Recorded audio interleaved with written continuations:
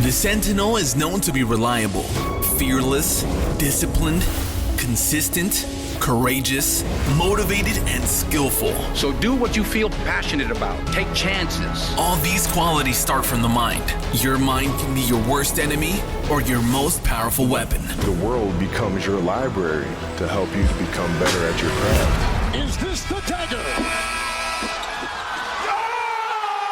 Learn how to achieve greatness and tap into the Sentinel mindset. Well, good morning, everybody. Welcome to this wonderful, wonderful day. We are here. My name is Constantine. We got Michael Reventar here in the house. What's going on? We're going to do another 20-minute little dose of good value tips that you can use. Career tips. I think that's what we call it, career tips / a rant / I mean, there's a soapbox under our feet, but whatever. Yeah, and I think, Mike, one that I really want to focus on is, look, for us specifically as a security company, we see a lot of people that come in and they get employment with us. However, we also see some of those people make poor choices and they result in terminations. What do you mean by poor choices, Constantine? Well, we can get that. That could be another podcast. But in this specific case here, when they're terminated, the way they approach the termination or the way they navigate through the process of being terminated, meaning as in just start doing bad work, meaning if I get fired, who cares? These same people also have aspiring dreams to get into policing or to get into some other careers. The point of today's podcast is that there is a definite consequence to being terminated. You should be looking at your experiences working for your employer as what you can do to sell yourself, to make yourself the highest like sought after individual to any organization, then be, you know what, this company sucks, I'm going to quit, or I'm going to do some work right now that's going to result in me being terminated. I don't care. I'm just going to apply to another company. Or you know what I'm going to do, Mike? I'm not even going to put it on my resume that I work with that company. Whoa, clever. Yeah. And to think that it just kind of is erased from your work history is obviously a folly. Exactly. So why don't we just start off with this? Let's start off with a nice word. Okay. It's actually not a word. It's an acronym. ROE. Okay. What does that stand for, Mike? Okay. Record of employment. Record of employment. Okay. The record of employment, Mike, is the most critical piece of your identity for all the jobs that you've ever worked in your life. Okay. And every job that you've worked at is on there. Now, some people think that maybe some things could not be added on there. Maybe I was at a job for 4 days or something, or 2 weeks, or 3 months. I didn't even go through probation. Everything that you do is added to your record of employment. So I've heard people say things like, you know, if I had a bad experience with a job, I'm just not going to include it on my resume and I'm just going to go apply. Okay. The folly in that thinking is that there is an imprint record of where you've worked. So you can't hide it. I mean, why don't we reference maybe we should break that down. Yes. How? I mean, is it something magical just because you leave it off your Microsoft Word document that it's gone? It's not gone. It's synced to your SIN number. Yes, exactly. So if you legally work in our wonderful country, you have a SIN number. In the States, it's a social security number that's tied to a government record.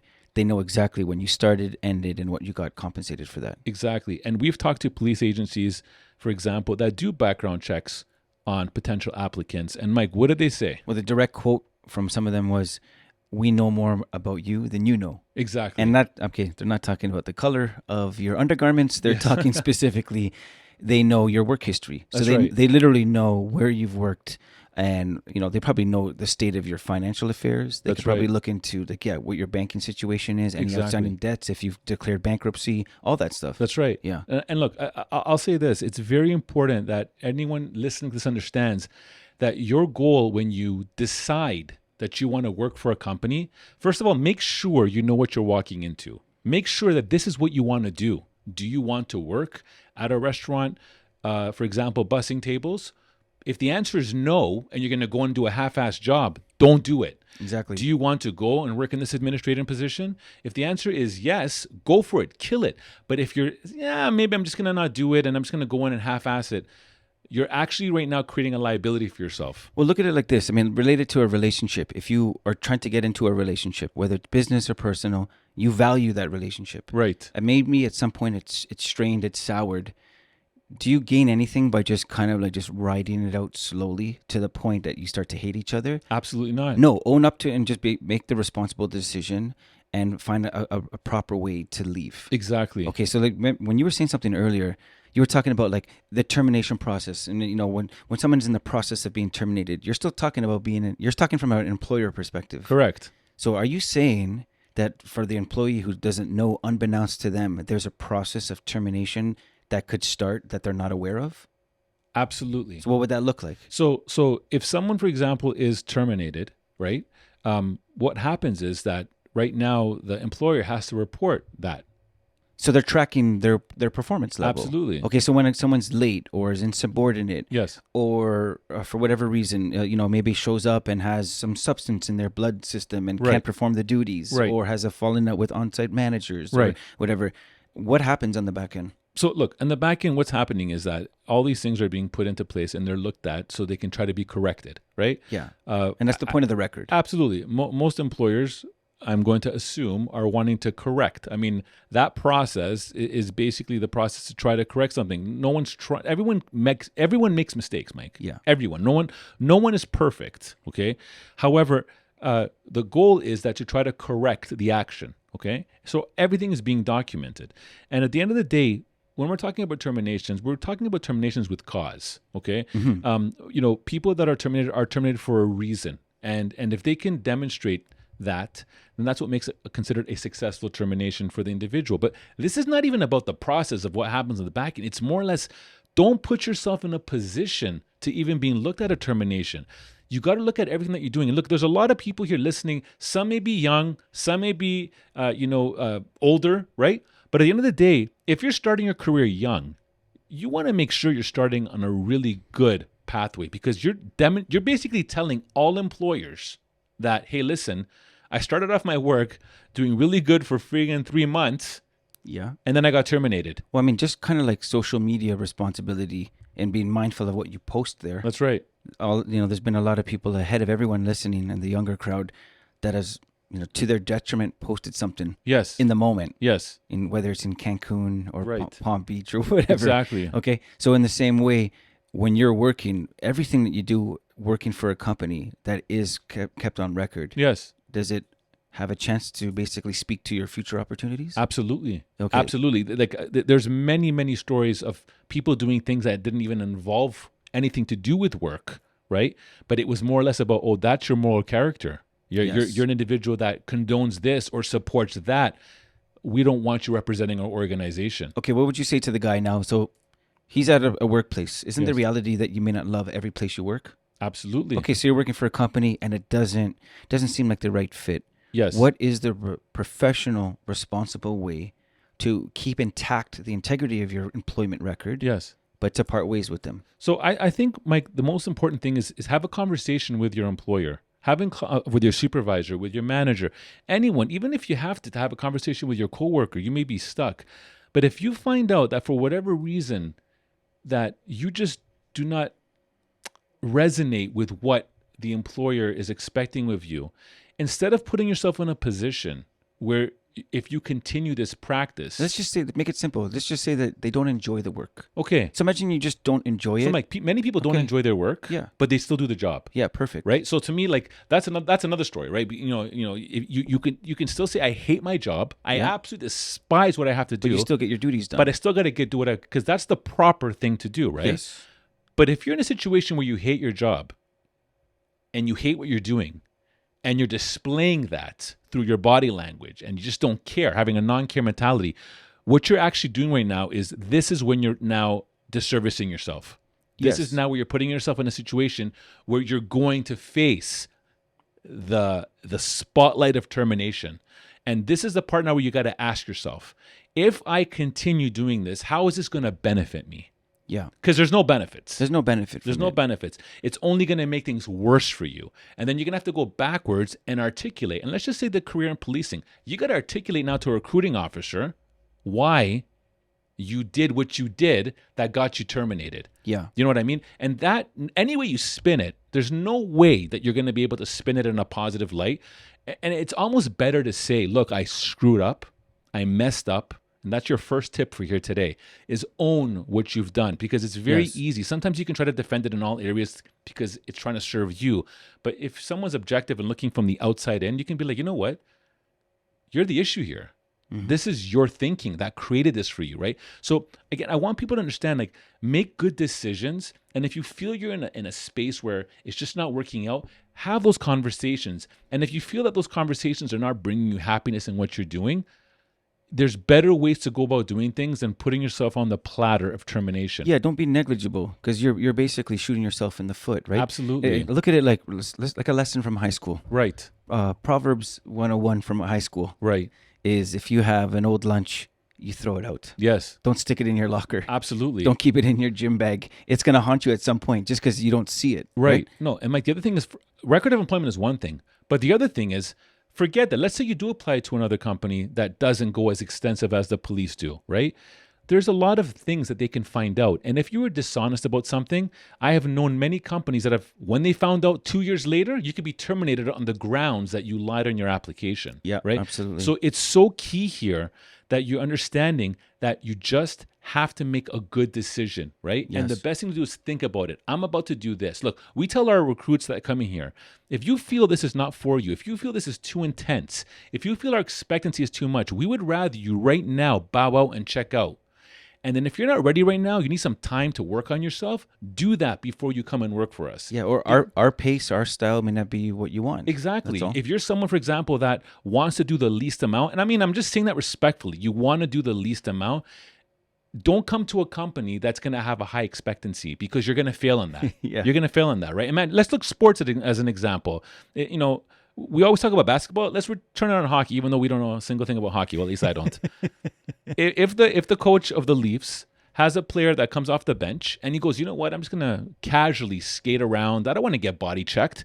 I'm going to try to avoid the puck at all times. And when I do get it, I'm going to try to score. Mike, what do you think that playing time is for that individual? It'll probably be minimal because it doesn't fit into the full plan of the team. Potentially. It's pretty selfish, too. It might get traded the following week or go back to the farm, right? Or they release him. Right? So this is the key here. It's about making that proper decision so you do not get terminated, because it's not just getting terminated.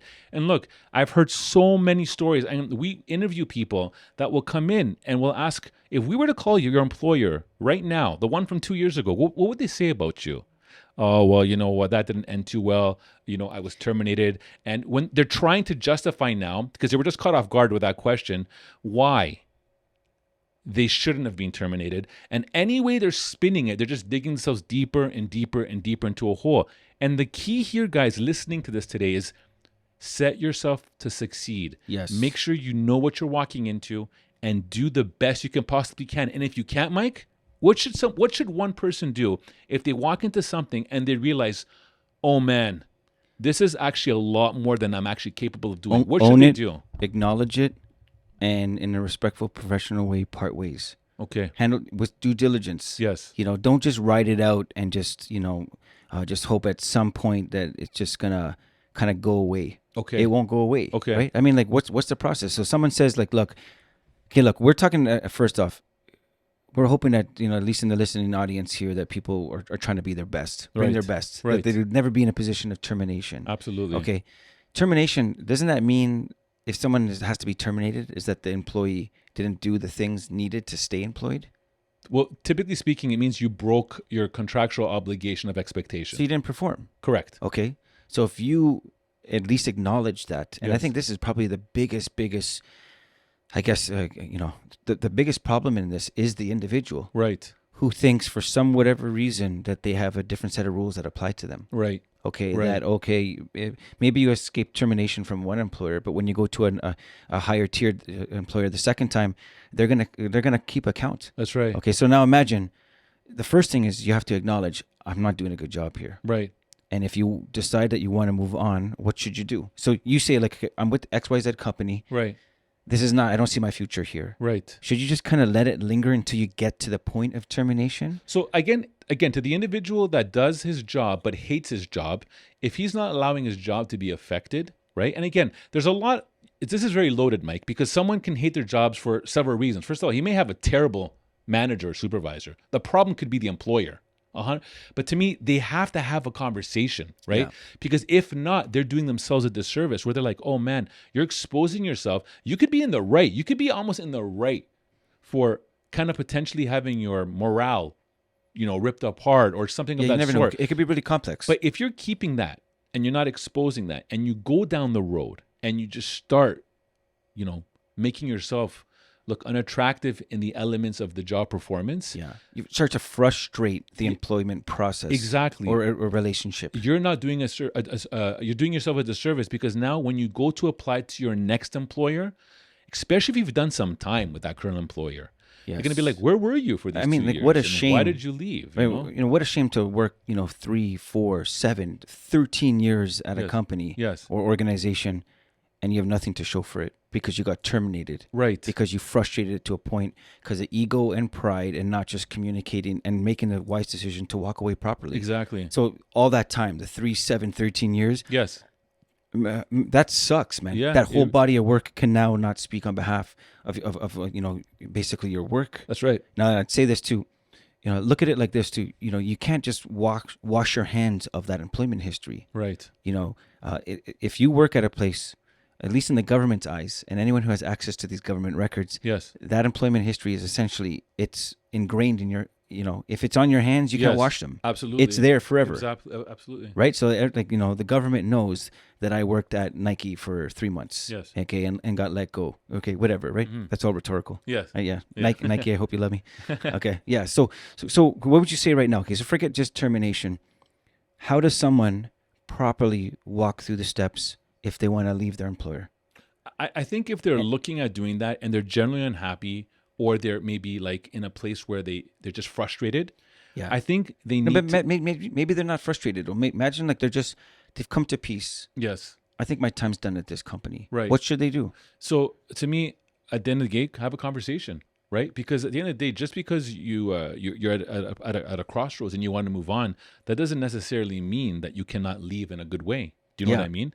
But to me, what they should do is, if they're looking at moving on, have that conversation. Articulate what you want to do and move on. If you don't want to have that conversation and you just want to move on, then move on. Now, doesn't before your work gets affected. Now, doesn't moving on mean that they would resign? Correct. Okay, so why? That's what that would mean. So this is like a dirty word. Yes. In the sense of, from an HR side, why would an employee be reluctant to resign? Okay, well, maybe the job that they're working for pays well or has really good perks. Maybe the job that they have right now, there's a lot of politics involved and connection, meaning there's some things on the back end. Because Mike, here's the other thing when I want people to listen to you right now. When we're talking about terminations, we're not talking about things that the employee is wrong all the time. Yeah. There could be things that are happening in your work environment that are not even in your control. That you're just part of the collateral damage.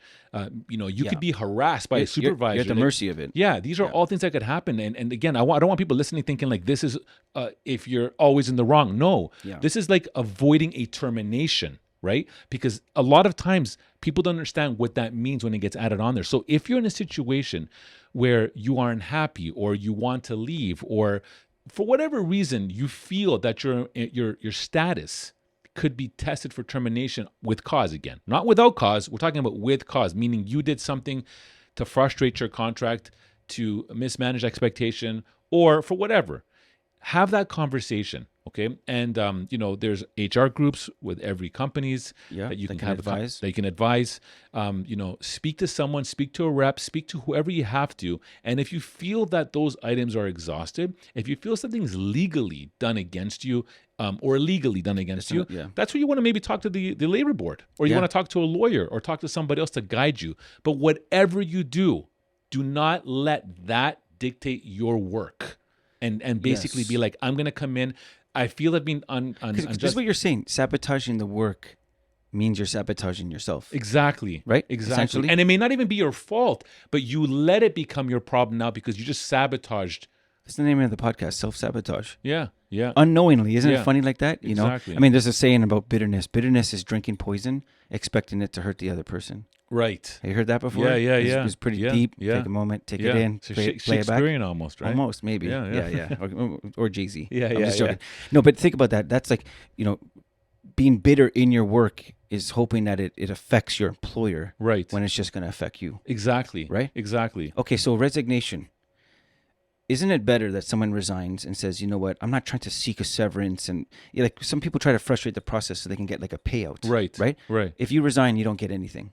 Is that true? Correct. Okay. So, however, if you can demonstrate that you're being forced to resign, right? Because that's another thing as well, and I forgot the terminology right now. It's going to come to me as we're talking about it. But you need to be able to. Your employers can play games. They can play tricks. They can almost force you to do something, and that's something that is illegal. Constructive dismissal. Constructive dismissal. Yeah. Yeah. That's something that is completely legal. So to me, like, what you want to do is, whether you're right or the employee is wrong, or the employee is right and you're wrong, all you want to do is do it properly, so you do not end with that termination on your record. And doing it properly is walking in the light, walking truthful. Right. Right? Okay, so Right. with that said, isn't it better, instead of just trying to hang on in hopes for a severance by frustrating your current employment, Right. to make the decision Yes. and forget that extra little couple of weeks that you might get paid, Yes. and to be able to say, you know what, I made a sound decision. I don't see a future here. I'm going to resign. Right. And it's on your terms. You tell them, you give your 2 weeks notice. Yes. And then if you ever had to articulate down the road, you have a good record of employment. Absolutely. That shows you chose to walk away from this employer. Absolutely. And then now you have a chance to articulate, this is why I left. Absolutely. Although I was only there 4 months, I was it was a different expectation than what was said. Whatever Yes. it is. No, absolutely. And Mike, just so you know, those are very much winnable situations with employment law, right? And Yeah. that is, if you can demonstrate that, hey, listen, this has happened to me over and over and over again. I still did my job, and it kind of forced me where I had to quit because there's nothing else. These are things that you can leave still with the upper hand. Yes. You know what I mean? And make a good decision. But don't go the opposite. And it's almost like you don't want to play the game. You don't want to play the game. 100%. You know what I mean? Yeah, I get. So you'll lose. Yes. Yeah, thinking. Exactly. Okay, yeah, I totally get it. Makes sense. So that's kind of where it's at. And guys, again, the reason why we're putting this out is that we want you to succeed. We want you to do well. And nothing, I'm being genuine here, breaks my heart when I see someone that has aspirations to get into a career like policing, and they did something so stupid at the age of 21. And or 31. Or sometimes. 31. Yeah. And that's it. Kiss it goodbye. Yeah. Like, literally kiss that goodbye. And you can see, like, for what? What was that worth, that decision? They didn't right? count the costs. They did not count the cost. Yeah, that's the part. That sucks. Yeah, 100%. Yeah. So my advice, and to anyone listening, is if you're in a situation like we described for these last couple of minutes, talk to somebody about it. If that person's talking to you about it doesn't really jive with you, go above and beyond. Go talk to maybe like a rep from get some counsel. Get counsel. Maybe call the labor board. Maybe call somebody. Find a family member who works in HR or something. Yeah, maybe even actually speak to the HR group. Whatever. Have the conversation.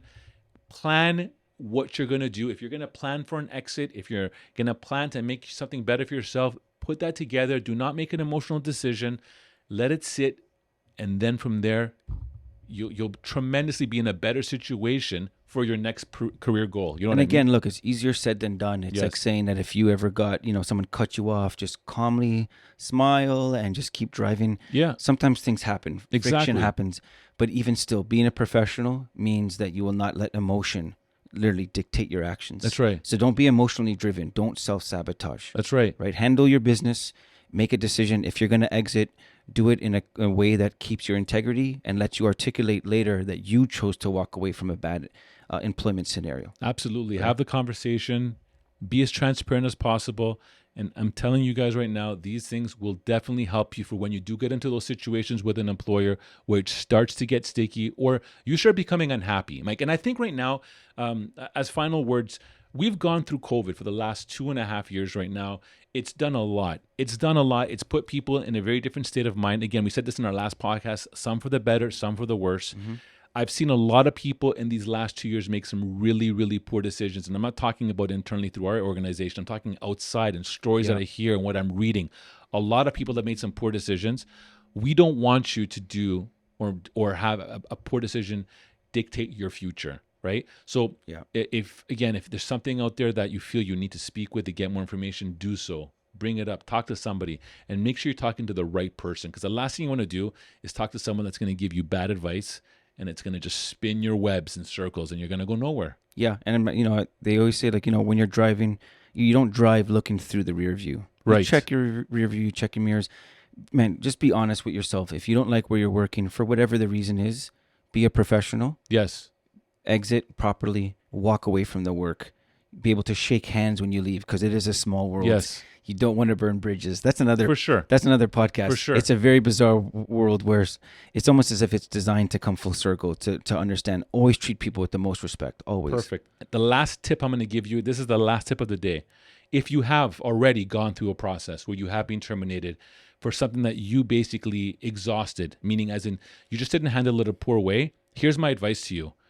Any of your new employers, be honest. Yes. Just be brutally honest. This is what happened in 2019. This is what happened in 2027. I did this. I look back at it and I look at it, you know what? I should have been more mature to understand that. Here's what I've done to correct the situation. I've been able to do this and work on myself here. I can assure you, an employer listening to that response is more likely to probably hire you faster than someone that maybe didn't even have that experience, because it's showing them that you've matured and become a better version of yourself. Yeah, if you can actually identify and articulate that, that's amazing. Yeah, exactly. Yeah. Guys, that's good advice. I hope you guys got some nuggets out of this. Mike, any closing words before we wrap up in your 20-minute doses of... No, I like this. This is good. I mean, this is stuff that is just, not everyone knows. They understand what happens. They just kind of, they go to work and then they stop working there. Yeah. And there's so much that, set yourself up to succeed. This 100%. Is information that make it build something for you. Perfect. Aside from just patting your wallet because you made some money. Yeah, exactly. Yeah. Guys, we want your happiness, man. We just want you to be happy. Thanks, Gary V. We just want you to be happy. Have a great day, guys. Take care. Peace. See ya. This podcast is brought to you by Executive Protection Lifestyle Canada. Make sure to drop by next week and don't forget to subscribe.